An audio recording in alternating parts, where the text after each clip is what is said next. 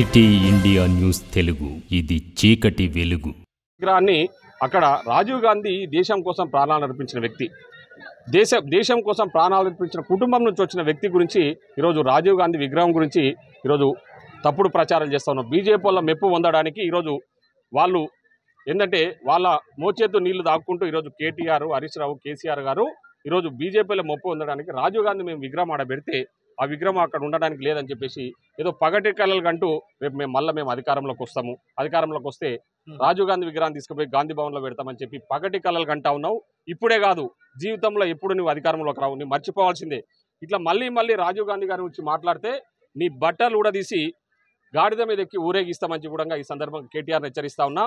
అడ్డగోలుగా రాజీవ్ గాంధీ గురించి ఇంకా ఎప్పుడు మళ్ళీ ఫర్దర్గా మాట్లాడినా కూడా సహించే ప్రసక్తే లేదని కూడా ఈ సందర్భంగా కేటీఆర్ని హెచ్చరిస్తా ఉన్నాం. సో అదేవిధంగా హరీష్ రావు కూడా అరే తాటి చెట్టులకు అంత పొడుగు పెరిగినావు కానీ నీకు కూడా ఏమాత్రం ఇంగిత జ్ఞానం లేకుండా ప్రతిదీ విమర్శనే.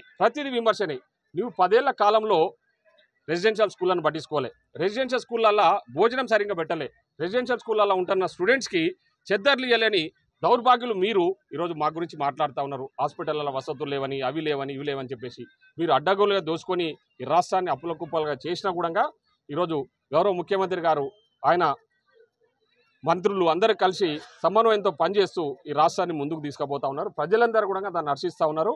మేమంతా కూడా పెద్ద ఎత్తున ప్రభుత్వానికి సహకరిస్తూ ప్రజలు కూడా ముఖ్యంగా ఈరోజు చూసిరు.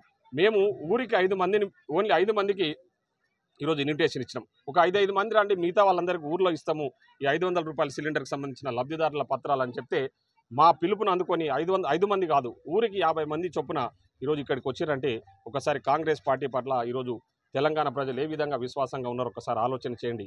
ఇప్పటికైనా బుద్ధి తెచ్చుకొని మీరు అధికారం పోయిందనే ఇదితో అంత మతి భ్రమించి మాట్లాడుతూ ఉన్నారు. ఫస్ట్ మీరు హాస్పిటల్కి చూపించుకొని విమర్శ అనేది ప్రశ్నించే విధానం ఏ విధంగా ఉండాలంటే ప్రజలకు నచ్చే విధంగా ఉండాలి. కానీ రోజు విమర్శలే టీవీలలో కనిపించాలి, రోజు పేపర్లలో కనిపించాలని చెప్పేసి అడ్డగోలకు విమర్శలు చేస్తే ప్రజలు కూడా సాధించారు, తాట అదిస్తారని కూడా ఈ సందర్భంగా తెలియజేస్తాం. Thank you.